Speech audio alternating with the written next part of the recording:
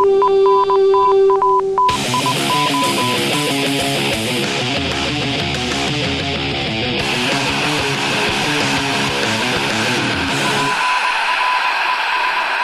to Norse Code, the number one podcast for your Minnesota Vikings. I'm your host with the most here, Dusty O'Connell, and joining me, as per usual, is Vikings blogger extraordinaire, training camp guide author, and I guess can we call you a media gadfly now? Are you on enough shows regularly to sit in your chair and lob lukewarm takes at an unwitting listening populace? I don't think I'm there yet, but I'm working my way to be there. The dream is still alive. Oh, and his name is Arif Hassan. How are you, Arif? Oh, yeah. I'm good. Did we get the useful human moniker in there? You know it's my favorite one. If we didn't, then yes, I think it is worth pointing out that Arif is a generally useful human. All right, fantastic. You will be competing along with us in the Norse Code Second Annual Fantasy Football League. I understand you did pretty well last year. Didn't you finish in second place? Second place is always the hardest place to talk about, Dusty.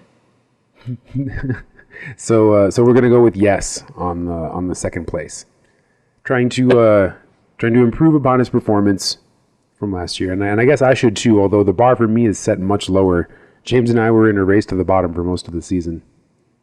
A race that you came out better than James though, didn't you? James ended up 10th or something. Well, yeah, and that's what I'm saying. Depending on what you consider winning in that case, then one of us won the race to the bottom. Oh, and it's depending on your perspective, it was either me or him. All right then. So joining the three of us in the league will be 9. Actually, no, James. Maybe won the race because I finished in 11th, and some poor fool had the same number of wins as me, but I think fewer points. Oh, wow. You're going to just have to try harder next year. This year. Yes, significantly harder. And you can bet that I will not be betting heavily on Marshawn Lynch this year. That's a good move.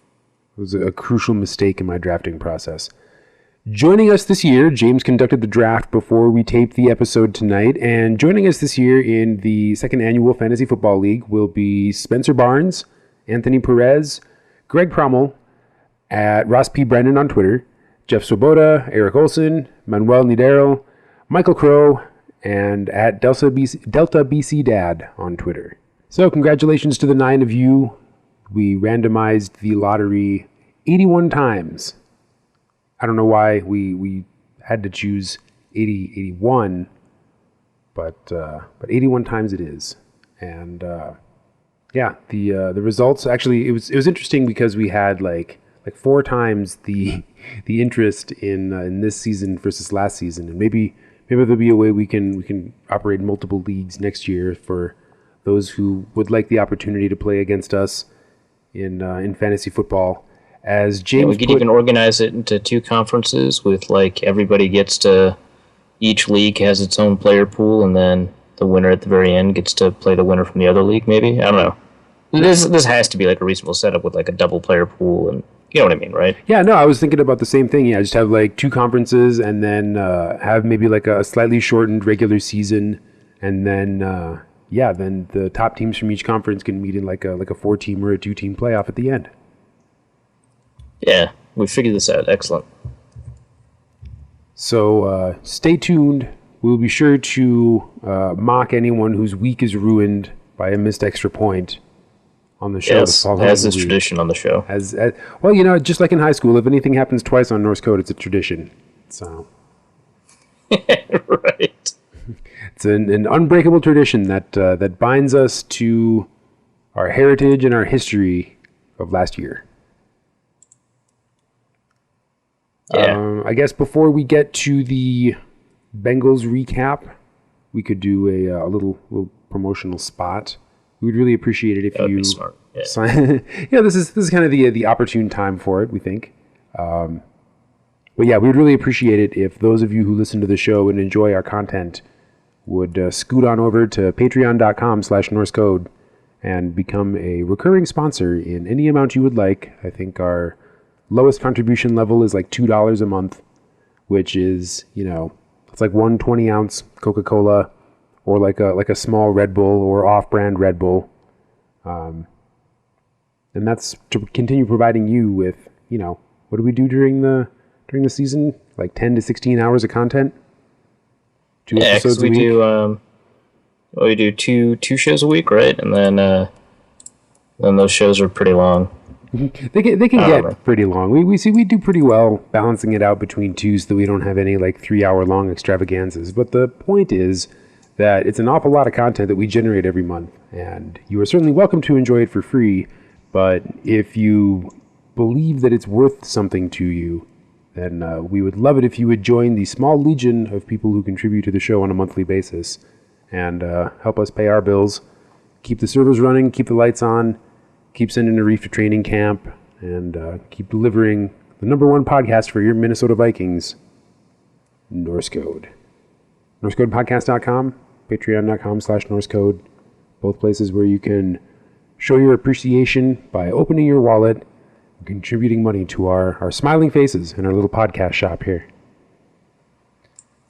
So with that, the first 60 minutes of quote-unquote football were played by many people on both the Vikings and Bengals teams, and I think, we might have seen a couple of players kind of maybe secure 53-man roster spots for themselves, or maybe see their spots come into question, but I feel like the game can be broken. Like there's 3 like big highlights from the game. First one, kind of a low light for the Vikings. The Bengals put together a 22-play drive that takes them the entire length of the field. And then just when it seems like all is lost, we stop the Bengals in the end zone on 4th down. Or before the end zone in 4th down. Yeah, it's sort of an interesting set of drives because, it's not like one, or interesting set of plays because it's not like one player is responsible throughout, the entirety of the drive. I mean, like that is obviously the thing that got Zimmer heated after the game, and he kept on talking about how, we're not there yet, and, I was really upset about this, and I was upset about this, and I was upset about this, and, the Vikings won, Teddy looked good. But the drive probably is what sticks with Zimmer the most. And there's, a lot of players who made a bunch of mistakes. And it was not necessarily all at once, but a bunch of different players. 2 players probably, worth isolating are Shamar Stephen, who, by the way, by isolating him, I don't want to say that he had an up and down game or a mixed game or even a poor game. He had a phenomenal game. I did a second look at the game, and he may have had the best game out of all the Vikings. I mean, it was just incredible. And I don't really know how to put it into superlatives, but, knowing that, the majority of his snaps were against backups, although he did play against the first-team offense, it could be said that if he replicated that performance against first-team players in an actual NFL game, that it may have been better than perhaps all but one of Linval Joseph's games last year. Like, it was just an incredible performance. So I don't want to knock Stephen too much, but in that first drive there were 1 or 2 plays where he was a little out of it, and he was playing from the 3 technique position, so it's a little bit more surprising that he was like pushed off the ball in some of these runs. We also saw a really good play by Chad Greenway to keep a tackle at 3 yards, and then a really bad play by Chad Greenway, a missed tackle, ended up being a run for 10 yards. We saw, a couple of poor plays by Trey Waynes, and Zimmer clarified. And I think there's a blog post by the Star Tribune by Matt Venzel that clarifies this even further. I think it's the Star Tribune. I'll link it in the show notes. That clarifies this even further. Where Waynes, based off of what he sees on the field, has the latitude to either play press or play off, and that's fine. Sometimes he'll be choosing incorrectly, and that's, its own set of problems. But the issue here is that when he decided to play off coverage, which on this drive was kind of a lot, Zimmer mentioned that he was lining too far off. And we saw what happened there. Waynes kept on getting picked on underneath. In the first sort of drive, it was Xavier Rhodes got a couple of targets, but Waynes kept on getting picked on underneath. And, it wasn't just that he was playing off of 9 yards, which, was a big problem.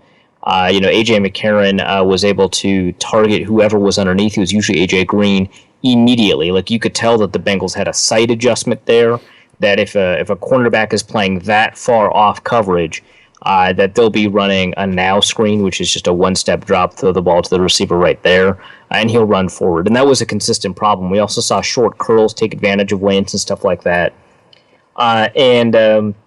Generally speaking, those players were, they had some problems. I mean, there was a moment where Xavier Rhodes got turned around in coverage. There was a moment where Andrew Sendejo missed a run key. There was a moment where, Adi Cole didn't quite squeeze a gap the right way, and he was kind of blown off the block. But it was just a bunch of different players making different kinds of mistakes at critical parts of the play that ended up leading to that drive. And then, of course, there's that fourth down stop. I think if this was a game situation, they would have just taken the field goal, which is, whatever. And that would have been a failure for the defense. But, of course, they come away with it with the 4th and 1 stop. Kentrell Brothers ends up getting credit for the 4th and 1 stop, and I don't want to take away too much from him because, that's, it's important to do something like that. I think in this case, he kind of shed the block underneath. But he had a little bit of help there too on that 4th and 1 drive. I want to say from Emmanuel Lemur, although I'd have to double check my notes. There was he was kind of lucky. The Cincinnati Bengals blocking kind of failed on that final run. After the drive, which ends in success, just because LOL preseason. I think you're right. Then we have the throw, which everybody is using as evidence that Teddy Bridgewater actually has, some deep ball skills. And if you give him the opportunity, he can plant one 49 yards downfield and hit Charles Johnson running. Yeah, and it was a perfectly placed pass. It's interesting because there are some people who are using this play to sort of pimp the narrative that Teddy Bridgewater does in fact have a deep ball. I am one of those people. I think that he has an improved deep ball. We saw a lot of that in camp. And a lot of people who are using the play to prove the exact same thing, that he actually doesn't have that strong of an arm because he took a, quote-unquote crow hop right before the run, which to me is kind of silly.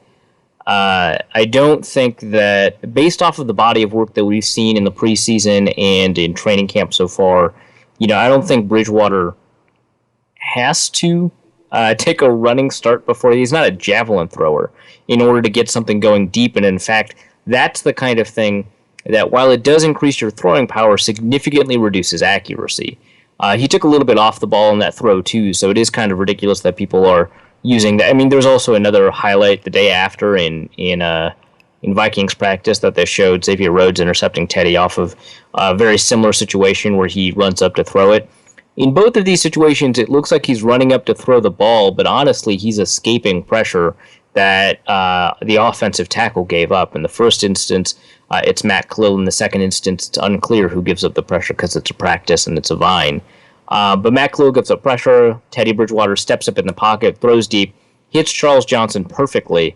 And I think this is the kind of play that Vikings fans have been wanting to see in the regular season from Teddy Bridgewater on a much, much more consistent basis. And what's nice about this is that it's the kind of play that you want to see in a situation where Teddy Bridgewater catches the defense, jumping, off sides. Bridgewater led the league tied with Aaron Rodgers in calling defensive linemen offsides and snapping the ball, and that's on having run some of the fewest plays in the NFL. And so I think he had the highest percentage of plays run or plays snapped where he called defensive linemen offsides. And the Vikings ran it nearly every time. And now it seems like the Vikings are sure to throw it deep. They did it a bunch in training camp, where when a defensive lineman jumped off sides, Teddy was able to sling it deep. Not always successful then, but generally successful. This is another situation where you've got a wide open receiver running downfield straight. Because I think if people remember correctly, there was a thing about the draft where Teddy could hit receivers if there was a break in the route, like a stem, like they had to turn, but if they're going straight downfield for some reason, he doesn't have a rhythm for where they're going to go, and he misses them. And this is that situation where there was no break in the route, he just goes straight downfield. Same situation if you draw a defensive lineman off sides and you've got a free shot.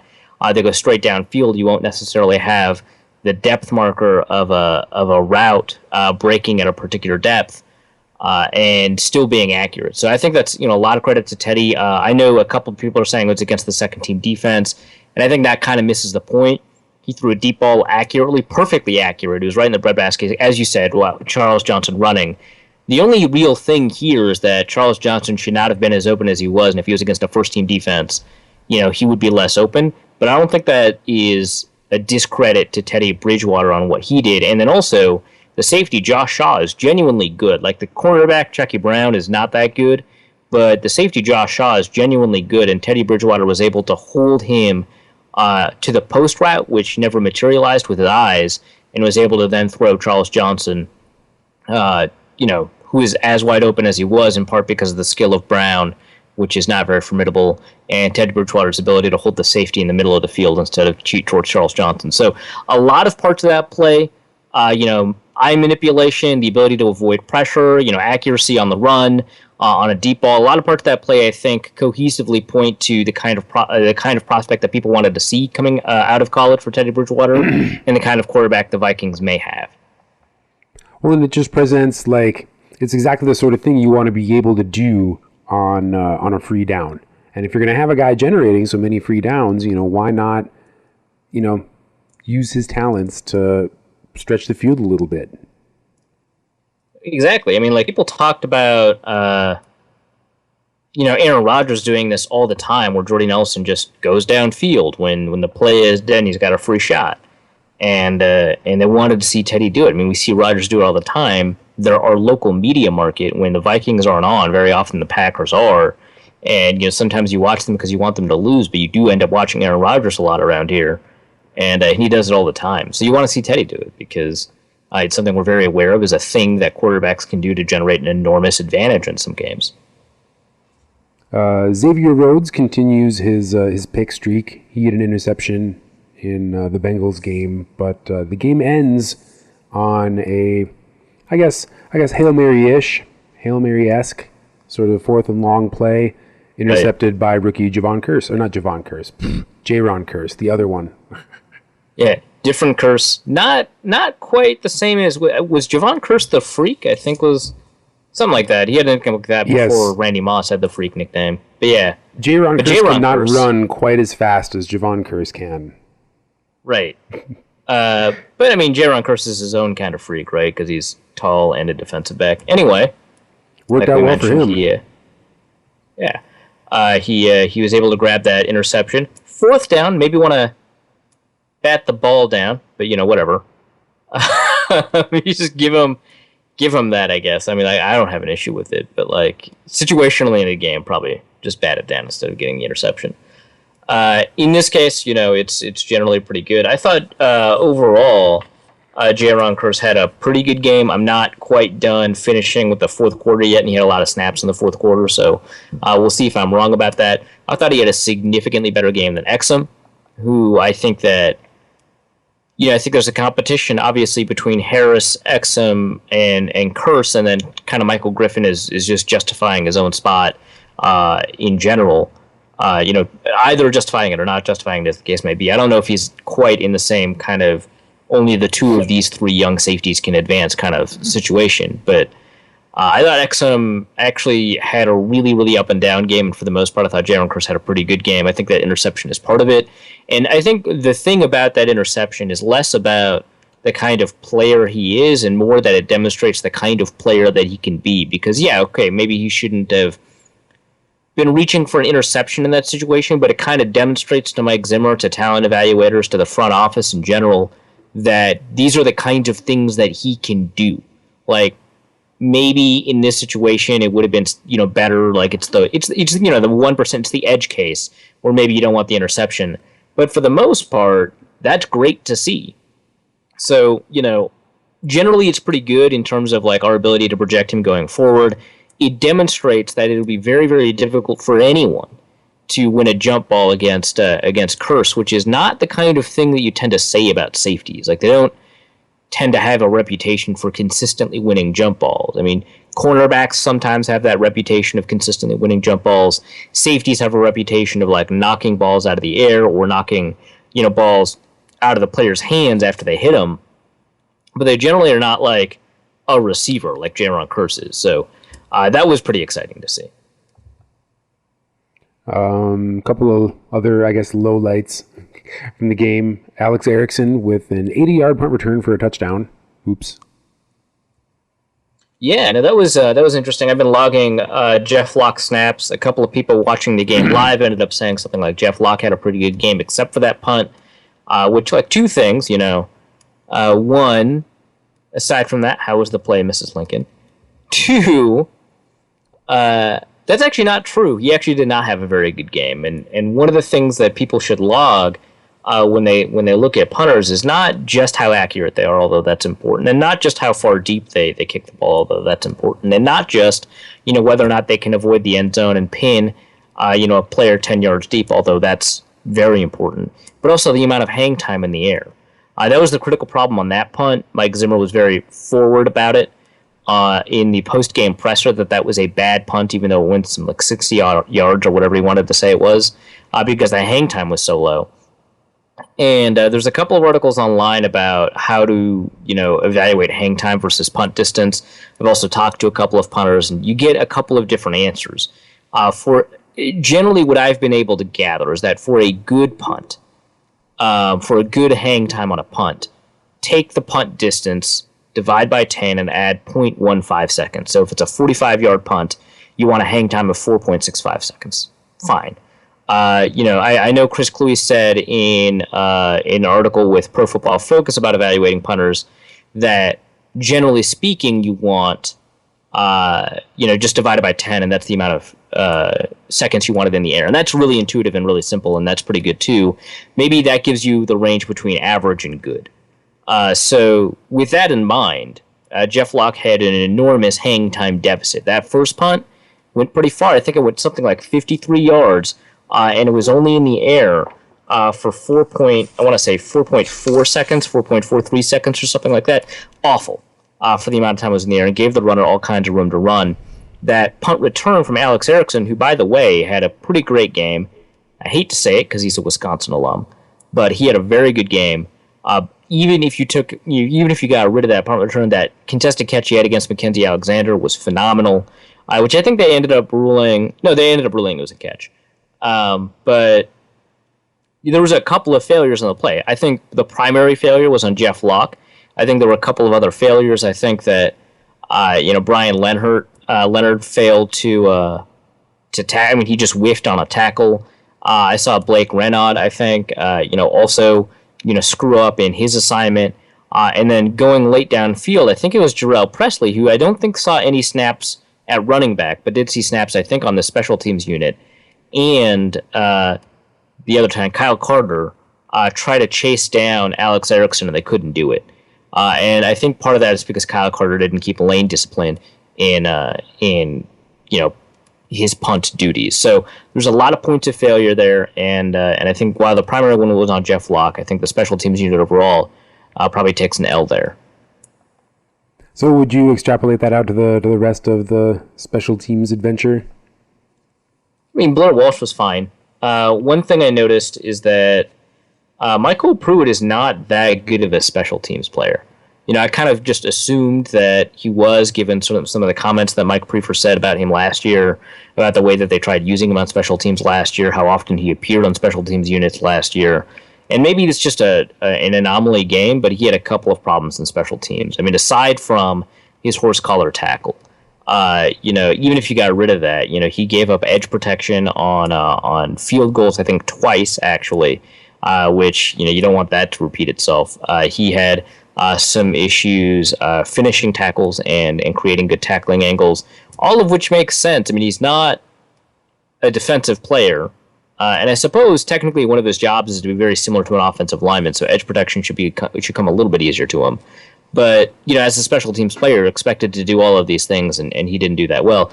Other than that, I thought that the special teams unit, Blair Walsh, I guess you could talk about the long snapper McDermott, who was fine.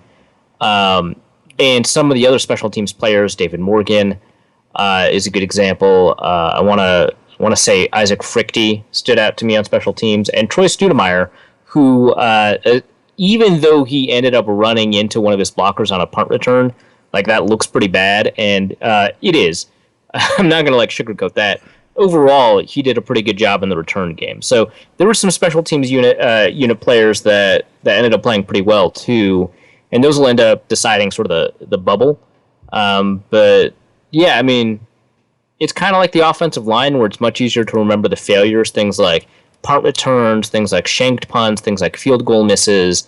It's easier to remember the failures than it is to isolate the individual moments of success. And there were a couple of moments of failure, and not as easy to identify moments of success. Well, one easily identifiable moment of failure came after a moment of great success for rookie and rare lasty firstie Mackenzie Alexander. Picked off Keith Wenning, who, this is the first time I've ever heard that name, Bengals third string quarterback. And then our third stringer decides that he's just a nice guy at heart and gives the ball right back on the very next play. Yeah, no, I mean, this is the kind of thing that we kind of expected from Stavi, the Wisconsin quarterback coming out of camp. I mean, he's kind of erratic. He didn't look as bad in the game as he did in camp. And same with Sean Hill. Sean Hill actually looked really great in the game. He was efficient. He made smart decisions. He, got rid of the ball accurately, maybe not quickly or pretty, but it was generally pretty accurate and generally pretty quick and generally pretty smart. Stavi was not as much that. He had a much, much better game than I expected, but there were some pretty significant problems in what he did. That interception is a pretty good example, although if I'm remembering correctly, it did clatter off the hands of Isaac Frichte. The issue with Stavi's throw, though, is that he threw it significantly behind Frichte, and Frichte, he got his hands on it, but it was impossible to adjust, and so, that probably wouldn't have been an interception most of the time. So you don't want to credit to the quarterback, but given how wild the accuracy was for Stavi, these kinds of things are much more inevitable. You're much more likely to get receiver deflections if you continue to throw behind or off target for your receivers. If you're going to split the blame for the interception between the two, it might be a 60-40 situation or 50-50 situation. But it is representative of Stavi's overall problems in play. Mackenzie Alexander, on the other hand, had a really, really good game from what I saw so far. There was an issue in run fits where he gave up, or not even gave up, created a bigger problem against the run by running into Control Brothers. But overall, I thought that he had a pretty phenomenal game. Keith Wenning, by the way, I think he's like a wins leader at Northern Illinois. I should look this up. I'm at a computer. But I think he's, maybe not Northern Illinois, but he's a MAC quarterback of some sort. And there's even a Heisman campaign for him because Wenning was winning or something like that. He's actually pretty good. Oh, not in the game, but just like in college. That's why he's the third stringer. So yeah. So we've kind of got a good sense of the highlights and the lowlights from the game. I think we touched on pretty much all the major plays. What about some of the stuff that you've been watching? I know you haven't completely finished deciphering or dissecting the game, such as it is, but of what you've seen, what is there to take away from, between the lines? What is stuff that did not make the highlight reel that might be an indicator of, things to come for the Vikings? If you took the Vikings backup defensive line, Scott Crichton, Daniil Hunter, Tom Johnson, Shamar Stephen, and made them the defensive line for just a random team, I genuinely think, not only if they just started, I genuinely think that they would be a top half team. And maybe this is just too hot takey. Maybe I'm reacting too much to training camp. Maybe I'm not taking into account the fact that, it's far different to play 20 snaps than it is to play 40 snaps a game or even 60 snaps a game. Not Scott Crichton, sorry, Justin Tratto, 94-95. That screwed me up. So Justin Tratto, Tom Johnson, Shamar Stephen, Daniil Hunter. And it is just one game, and maybe I'm just wrong. And maybe this take is just a little too hot. But they would have some issues against the run, for sure. But they would be terrifying in in terms of rushing the passer, which I think means that the starting defensive line, which is much better against the run, generally speaking, is also better against, I think, in terms of pass rush pressure. Justin Tratto had some issues in run lanes. I know I was talking with Daniel House again over at Vikings Corner about Justin Tratto's game, and he mentioned that in his rewatch he was kind of shocked at how poor Tratto's run discipline was. And I want to say that that's kind of true, but I think that in a lot of cases where he was very, very wide of the play, it's probably accurate to say that he wasn't maintaining correct run discipline, but I don't think the problem was as bad as I initially remember. But he got pressure on almost like every other passing snap, and again, against backups. But, I mean, this is a significantly better... this is what you would expect a starter to perform against a backup, and so he's playing at a start. I mean, he got pressure constantly. I already talked about Shamar Stephen's game. Tom Johnson had another phenomenal game. There were times when he was washed out against the run where he couldn't move against the grain of the offensive line, which, by the way, if you want to see someone do that, Shamar Stephen, I cut 6 GIFs, and I was going to cut 12, but I decided to not do that. I cut 6 GIFs, sent them to Sam Ekstrom. He ended up publishing a piece.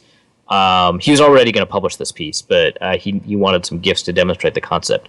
That are just taking a different point to the game of Shamar Stephen playing against the Bengals, and it's at coldomaha.com right now, and it's a great piece. The GIFs, I think, demonstrate everything that was great about Shamar Stephen. Tom Johnson did a fantastic job. I think the way Mike Zimmer described him in training camp as kind of slithery or whatever is a really good way to capture how he played this game. I thought, he got pressure really quickly. He was the quickest off the line out of all 8 defensive linemen, or 7 because Sharif Floyd wasn't playing.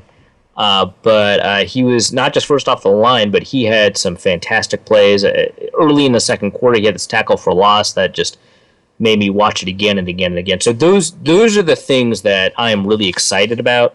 I thought that Audie Cole played better than I expected. I thought he played pretty well. I thought Kentrell Brothers had an up-and-down game. Lemur had a very up-and-down game. Greenway had a couple of up-and-down snaps. He didn't play too many snaps, so that's not too big a worry. And Anthony Barr, I don't think he necessarily played well, but he didn't play poorly, and he didn't have that many snaps, so it's not much to say. But I do think that maybe the linebacker depth is pretty good, which is not something I was very confident in saying earlier. If Anthony Barr and Eric Kendricks are the 2 starting linebackers in nickel, then I think you're probably in a pretty good spot, even though I'm not, again, a huge fan of Chad Greenway. And I think my ideal 3 are Audie Cole in the middle, Eric Kendricks on the outside, and Anthony Barr on the outside. You could switch Cole and Kendricks because they've both played the other roles, but I think they're more natural in the roles I assign them. Trey Waynes, I already talked about him, so, not much. The safety battle, I think Andrew Sendejo played, reasonably well. So maybe that's not a take that people want to hear because he was pretty bad last year, but I thought he played pretty well. So, that's what I got on the defense. On the offense, I'm still trying to figure out my thoughts on this offensive line. There's pressure on nearly every play, but it wasn't always the offensive line's fault. I would say that, some people are saying, actually, Matt Khalil had a pretty good game. I would say that he had a much better game than I expected. I wouldn't say that he had a pretty good game. I thought Alex Boone had a surprisingly bad game. He had a really bad game. I thought John Sullivan had a pretty good game, except for the chop block penalty. I thought Andre Smith and TJ Clemmings, who are both competing at the right tackle spot, are going to be in a really interesting competition because Clemmings played far better at the left tackle spot than I expected. A lot of people are worried that this is a true competition, but I'm actually pretty excited for how TJ Clemmings is performing. And am kind of excited to see how Joe Berger performs because he was kind of up and down. I'm a huge fan of Nick Easton, backup defensive lineman. I'm not a huge fan of Willie Beavers. I think everyone kind of knows that. Zach Kieran, I think, is naturally just a better center than he is a guard. And I think Jeremiah Searles is not good. So those are my thoughts. Oh, and CJ Ham was surprisingly good. So those are all the between-the-lines things that are relatively quick to say. Excellent. We look forward this week to a super important chip-on-your-shoulder matchup against the Seattle Seahawks, whatever that means. Right, preseason revenge game, which I'm sure Chris Thomason at the Pioneer Press, love him to death, will play up a little bit. What we really need is like revenge against the goalposts or against the breeze or whatever. Not not revenge against like Blair Walsh specifically. I mean, they're like. So do they tackle the goalposts? Do they shoot the breeze? Sorry, that was bad. Ooh. Yeah, you can edit that out if you want. Judge Mills Lane will allow this one, just so other people, like, if I have to hear it, other people get to hear it, and maybe someone will give you the appropriate scolding. At any rate, so some things that have, looked maybe less than good for the Seahawks in their one preseason game so far have been run defense and special teams coverage and defensive pressure. The run defense bit is, potentially very appealing to the Vikings and is an opportunity for CJ Ham to look, even better than we said he was going to be again. Yeah, no. One interesting, and there's actually I might as well just go off on this because we've got a mailbag question about CJ Ham. So I'll just do this now. We all saw the Ham touchdown late in the game. This is from, Dave Zwedwick. I hope I pronounced that correctly. At Dave SZWEDUIK. Dave Zwedwick. We all saw the Ham touchdown late in the game, but is the nice run making him think he's better than he is, or is he the real deal? Can't tell you if he's the real deal, but I can tell you that if you got rid of that touchdown, which is a phrase I'm using a lot in this podcast, if you got rid of this play, if you got rid of the play, if you got rid of that play, which, those plays are part of the makeup of the player. But if you did get rid of the play, and if you wanted to evaluate CJ Ham outside of that touchdown, which was incredibly impressive, he evaded several, tackles that were a result of blocking failures ahead of him.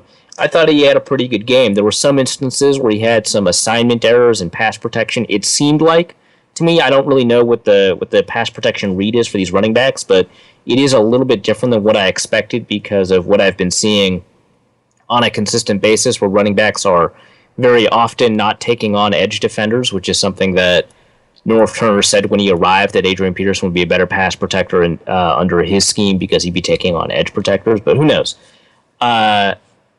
We're not seeing them take on blitzing safeties and stuff like that, so maybe I'm wrong about his pass protection reads, but when he does have a pass rusher to block, he does block that person pretty well. He's got pretty natural hands. He's got some nifty runs upfield, and he was able to overcome some pretty severe blocking failures while getting pretty consistent yardage. So I would say that in general, CJ Ham had a pretty good game. I think that obviously the Seahawks are a whole different beast in terms of run defense, and so it'll be interesting to see how he does in similar situations against probably a better and deeper defensive line and defensive unit against the run overall. Well, that's certainly the hope. Kansas City didn't register a single negative rushing play all day against the Seahawks run defense. So, and maybe we can replicate that performance, but I don't know. My guess is it's not likely, but hey, Well, maybe we can put Ham to work doing some run blocking. The starting defense and subsequent backup units for the Seahawks were unable to create much pressure on the Chiefs. Only 3 quarterback hits were registered and 0 sacks recorded. Oh, wow. Which is... that'll be great for Sean Hill. Yeah, exactly. He'll be upright most of the game if this trend continues. That's going to make TJ Clemmings and Andre Smith look even better. That's a little bit concerning because now we don't know whether or not the battle is real. You know what I mean? Like if they both look if they continue not to generate pressure against second-team offensive lines, maybe we'll begin to overrate the second-team offensive line. I know the that moment when you seem like you're good. No. So special teams coverage for Seattle was middling at best. Seattle players missing tackles. I think Patterson may play, so that's going to be even more interesting. Ooh. Well, there we go. In the first half, the Chiefs were able to gain considerable yards on kick and punt returns, which would be exciting. The Vikings were able to replicate a similar performance.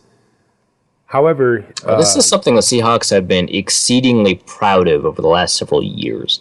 Their ability to prevent punt returns from happening at all. So that must be a really sore sticking point for them.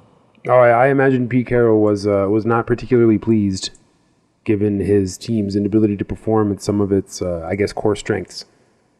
Right. Yeah. Huh. And if you think about the, Vikings game as being the Vikings, like hanging on to victory when, a couple of things could have gone, wrong, and it would have been, the end of the game for them. Seattle was able to come from behind and win their game by 1 point by successfully converting a fourth down, pass attempt, and then subsequently not only scoring a touchdown, but picking up a 2-point conversion to go up by that crucial point at the end. Do you think that the possibilities of the Vikings, repeating and maintaining an early lead and giving themselves enough room to where when they do bungle it up, they don't still manage to bungle the whole game? Yeah, it's possible. I mean, the twos get a bit more of a run, or the ones get a bit more of a run in the second preseason games. We're going to see a little bit more of Russell Wilson, going to see a little bit more of Teddy Bridgewater, and, maybe that'll result in, the Seahawks are probably a better team than the Vikings. Maybe they're not, which would be nice, but, they're probably a better team than the Vikings, so we could be in a situation where after the first couple of drives, the Seahawks are ahead. But which will also just be a completely different situation, which would be interesting to see because, we know that the formula for the Vikings is and has been for the last, since 2011, basically, to get a lead early, hold on to the lead, and run out the clock. And yeah, it's a way to win games, and it's kind of boring, but you need to be able to perform and when that situation is not happening, and the Seahawks game may present, that opportunity as well. So, we'll see. If we see, that formula working as it does, then I think we should be even happier about the state of the offense and the defense. All right. Anything else in particular that we should be watching for as we suit up against Seattle? Yeah, I kind of want, I want more of Jeff Locke to punt, but that sounds bad because then it means the offense isn't doing the thing. But he's always punting regardless of which unit fails. So if Joel Stabby fails to drive, then Jeff Locke punts galore. I'd love to see that. Just to see, because that was really bad. A lot of people wanted to say it was good, but it was in fact not just the opposite of that. It was extremely the opposite. It was a really bad day for Locke, and I want to see if he'll improve. He was maybe the worst punter in the league last year, but I thought that performance was representative of something potentially worse than that. So I want him to improve more. Maybe we'll never see it happen. I do want to see more of the players that, didn't get much play in the last game. We're probably not going to see a lot of Moritz, which kind of sucks because he might be in the first round of cuts, and therefore we won't see him in that cool preseason number 4 where it's only backups. I want to see more of Moritz, which is probably not going to happen. I want to see more of Markin Michel, who's been having a really good camp. I want to see more of Anton Exum because his game was so up and down. And against the Seahawks, I'm really interested to see if Frank Clark is going to be with the twos because he's a really good pass rusher, and if he goes up against T.J. Clemmings or Andre Smith or Matt Khalil, for whatever reason. Then we'll have a better understanding of how good those players are relative to a pretty good pass rusher. We're going to see if Tony Sparano is really having an effect as an offensive line coach, and whether or not Norv Turner's play calling is accounting, for that sort of thing. So I'm watching mostly for that. I just love watching receivers. I think a lot of people know that that's one of my favorite positions to sort of evaluate and watch and quote unquote scout. So I want to see more of those bottom of the roster receivers. And then, of course, if Trey Roberson is healthy, he's had a couple of injuries, or an injury that's lasted a couple of days. If he's healthy, I want to see him ball out some more because he had a great game. I get too much hype about a player every year in the preseason. They get cut. So it was like Tom Farniok last year. It was I don't even remember who the year before. And this year it's probably Trey Roberson, but I thought he played really well, so it'll be interesting to see how he plays against Seattle if he does play. Well, and there you have it. Any final notes before we hit the last couple questions in our mailbag? Not really. I think that the preseason overall, it's just 2 drives, and Cincinnati wasn't fully healthy. But I think overall we're seeing some pretty positive signs out of the areas that we wanted to see positive signs out of. I think that the pass protection thing will continue to be a concern, but I don't know why. For some reason, I'm just more confident about it, and maybe that's wrong and dumb and bad. But I mean, that's just my general impression. But I thought the offense looked good. I thought the defense, despite that 22-play drive, I thought the individual players, generally speaking, looked pretty good, and I really liked the defensive twos. So, yeah, I don't know. I came away with positive feelings. So that's my final note. Well, it's so hard to really divine that much about the season or even the players that played in the game from one preseason game, because it's such a rotating cast. It's two drives. It's a drive here and there. You can never really know. However, it would be nice to stomp Seattle and see more of the good things, the harbingers of good things that we have seen so far in training camp in game one. Right, and to put it into perspective, over the course of those 4 preseason games, you're going to have less play from your ones than you are going to have in your first game of football for the year. And if you had evaluated the Vikings based off of the first game of football last year, you would have thought they were a terrible team because it got crushed by San Francisco. So you're right. It's just so hard to divine. There are so few plays for starters, you try to look at these players, you put them in a ton of situations, and you're left kind of wondering. But I will say, a lot of the things that we were worried about at the end of last year's preseason, a lot of the things that we were happy about at the end of last year's preseason, most of those things seem to come to fruition. And maybe we could, go back and check to see if I'm just making stuff up. I mean, we were worried about Matt Khalil, who only looked slightly better. We were definitely very worried about TJ Clemmings, who looked bad. We thought, Bridgewater looked a little bit better and had, a little bit more zip in his arm. And I thought that kind of played itself out into the season a little bit. We were kind of wondering where Charles Johnson was, and that ended up playing out into the season, that sort of stuff. So, and we thought the defense looked really good, and it ended up being pretty good. So, I think maybe the only thing is that Trey Waynes played much worse in the preseason than he did during the regular season last year. And that's something I can live with, I guess. Right. Yeah, I mean, if you get all the worst games out and the ones that don't matter, then, yeah, you're doing pretty well. You can submit your own questions to the Norse Code mailbag by tweeting them at NorseCodeDN, or you can email them to us, norsecodepodcast@gmail.com. So email address. Miles Swami at Miles Swami on Twitter writes in, which starter would you trade to shore up another starting spot? So that's a really interesting question because, I guess there's a lot of depth at cornerback. So you could trade.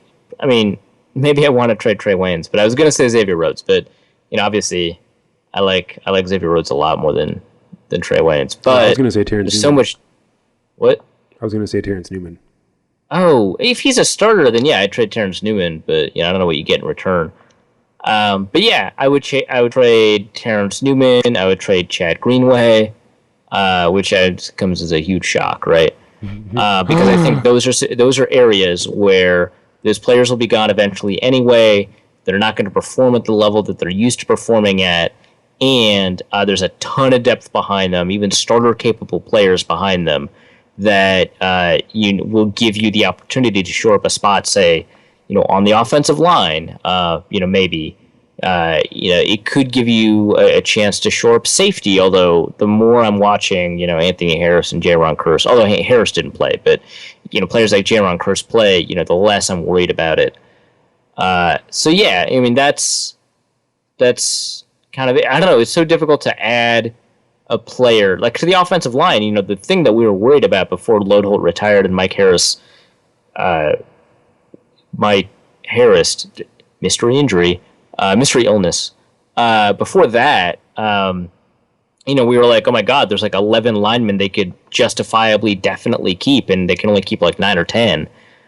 So it's difficult to be like, yeah, I trade for an offensive lineman, I get rid of Chad Greenway and get a really good right tackle. It's just made up. Miles also writes in, if Arif had to host a cooking show, which rapper would co-host? Oh, man. I wish I had like a better catalog of rappers in my head. I mean, Little John is the obvious choice. Well, okay, that's true. That would be great. Or what about Snoop would be interesting from a marketing perspective. And also because he'd just enjoy whatever he made. Did you see that video with him and Martha Stewart? Yes. Yeah. So, yeah, obviously. It's true. Yeah, you could make pretty much whatever you wanted, and he would love it.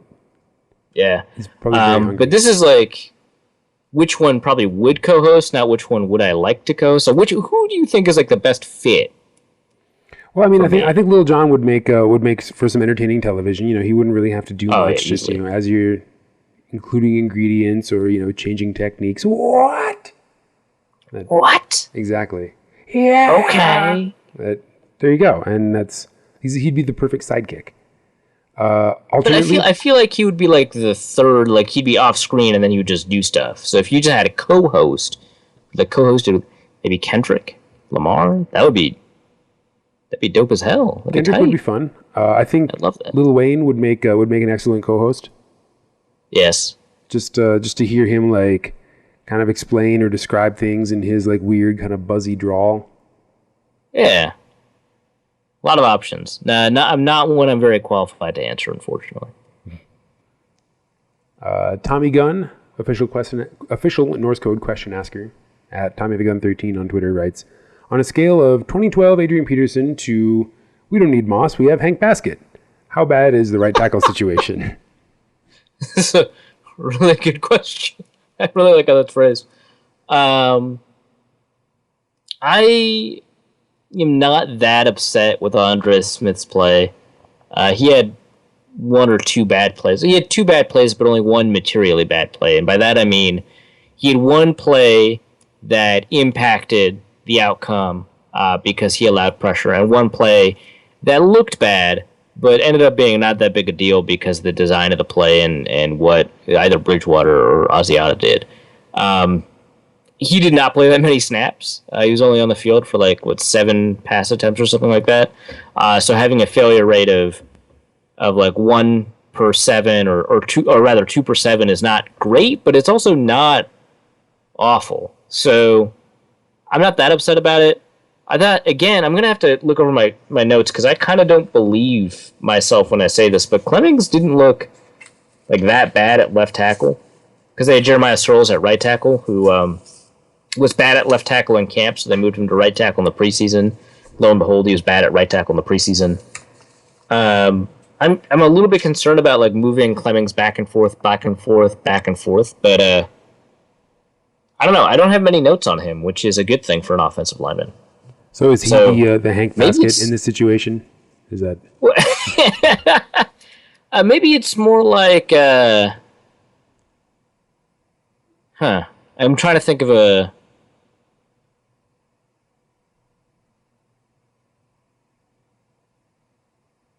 if we didn't draft Adrian Peterson because we had Chester Taylor. Mm-hmm. Crap. But I mean, we're not dead. He's pretty good. Pretty good. Yeah, that overstates it. I'm still worried. Pretty good. No, it still isn't good. Corey Strickland at Contract Corey on Twitter writes in, is familiarity the only reason they have not brought in a different backup quarterback? There's no faith if Teddy Bridgewater is down. Sean Hill looked pretty good in their preseason game. He looked butts awful in training camp. He just looked like the worst quarterback in training camp. But in the preseason game, he looked pretty good. So, maybe it's not that big a deal. I don't know. Sometimes backup quarterback is sometimes super overrated because the idea that you can win with the 33rd best quarterback in the NFL when the 32nd worst quarterback is winning 2 games out of 16. The idea that you can win with the next worst quarterback or one who is 16 spots lower than that, I think is kind of overstated. It's really hard to find a backup quarterback that can win a game. We saw that with Dallas We saw that perpetually in Tennessee when really all they had was backup quarterbacks because Jake Locker couldn't play. I don't know. It's super hard. So like, it's not like if it weren't for the fact that they traded away Matt Castle, we'd be really great at the backup quarterback spot. I would have liked to have drafted a backup quarterback. I would have liked it if Taylor Heineke didn't kick himself in the foot or whatever you want to call it. I'd be much more confident in Taylor Heineke, but like I don't know, like what's the solution? Like, I mean, the 49ers just signed Christian Ponder. Like, I think that he's not the best quarterback that wasn't on a 90-man roster. I think that the 49ers have been better off just like signing some undrafted free agent who didn't get picked up by anybody or the CFL. Like Marquise Williams, I think would have been nice. But like that's where people are at. We're like, I mean, it's just not available. Like, I guess maybe they could have drafted one late or something, but Vernon Adams maybe. But like all the quarterbacks that you kind of wanted are actually in the CFL, and the CFL is not going to just give them up because you're the NFL. They're under contract during the season. Sometimes, very rarely, as a favor to players, they'll release them. That used to not be possible because of the waiver system, because the waiver system was exactly like it was in the NFL, where all 31 other teams have the right to claim a player that's been released before they hit the open market. Now, I guess in the CFL, they just hit the open market, so you can just sign them. So that sometimes occurs, but like CFL teams are watching out for themselves. I mean, if your quarterback can't make a CFL team, then yeah, maybe that's why you sign Christian Ponder. Like, so I don't know who you bring in. Well, yeah, and like convince Hasselbeck to come back out of broadcast, or I don't know. Yeah, what's Jake Locker doing? That would be super interesting, honestly. Yeah, actually, that was a great idea. Let's do that. No, I mean, if there's room in this league for Christian Ponder, then there's probably room in it for Sean Hill. I would like to believe that we don't have to. Yeah, that's a good way to put it. We don't have to go back to the days of our second season formula, which is probably still true, by the way. Christian Ponder is still probably not good. Yeah. What was the season? Do we have a season 1 formula? We go out and we hit him in the mouth.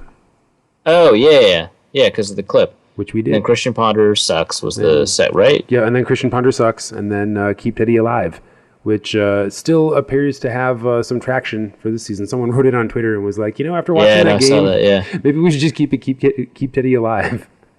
Hey, what about Unleash the Dragon? Try to get Teddy to throw deep. Release the Kraken. Yeah. So along those lines for because it like pokes fun at like one of the perceived biggest problems with Teddy Bridgewater is the deep ball. Right, go deep, Teddy. Yeah. So just ruminate on that, I think, and then send us your suggestions. Ruminate on it. Masticate it in your brain pan. With your brain mandibles. Your braindibles, yes. Isn't that kind of like what the villain in Star Trek Beyond had, like braindibles? I guess he didn't really have to use them to like. It was never really clear what he was doing, but it seemed like he was sucking the life force out of people. I don't know. I don't think I watched Star Trek Beyond, so I can't really. That's too bad. It's not very Star Trek-y, but it's a pretty great movie. I recommend seeing it in 3D. See, that's okay. That's maybe the most succinct description of the many reviews I got. Like yes, there you go. Well, that's what it is, and there's like a little bit of fan service. Like they use some Star Trek words, and then there is like a very like clumsy, hammy bit of fan service, like stuffed into the end. But I don't care because that movie was so cool. They do a really good job with like the outer space shots, like lots of really like confusing perspective, like establishing shots. The really good use of 3D. Some good suspense moments in the battles. Very simple story. While we're kind of off topic, you recommended an anime to me not too long ago, Durarara, right? Yeah. I've watched the first episode. It is great. Oh my god, it gets so good. But it is not enough based off of what I've heard from you and from around people to get a sense of the show yet. So, because it's just one episode, right?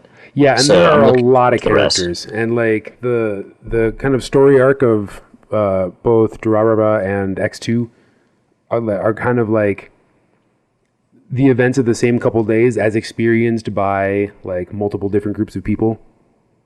And so I was going to say, it's like that Simpsons episode, but the Simpsons episode was doing it based anyway, is because that's a pretty old trick. Yeah, it's a pretty common TV trope or like manga. No, and I love it. I was just like berating myself for saying the Simpsons did it. Like Simpsons did it. Well, of course they did. They did everything. But yes, that was good. And I also, me and a group of friends are all very strongly of the belief that Sword Art Online sucks. And so someone suggested to me to watch Log Horizon, which is the same plot, but it makes sense. And yep.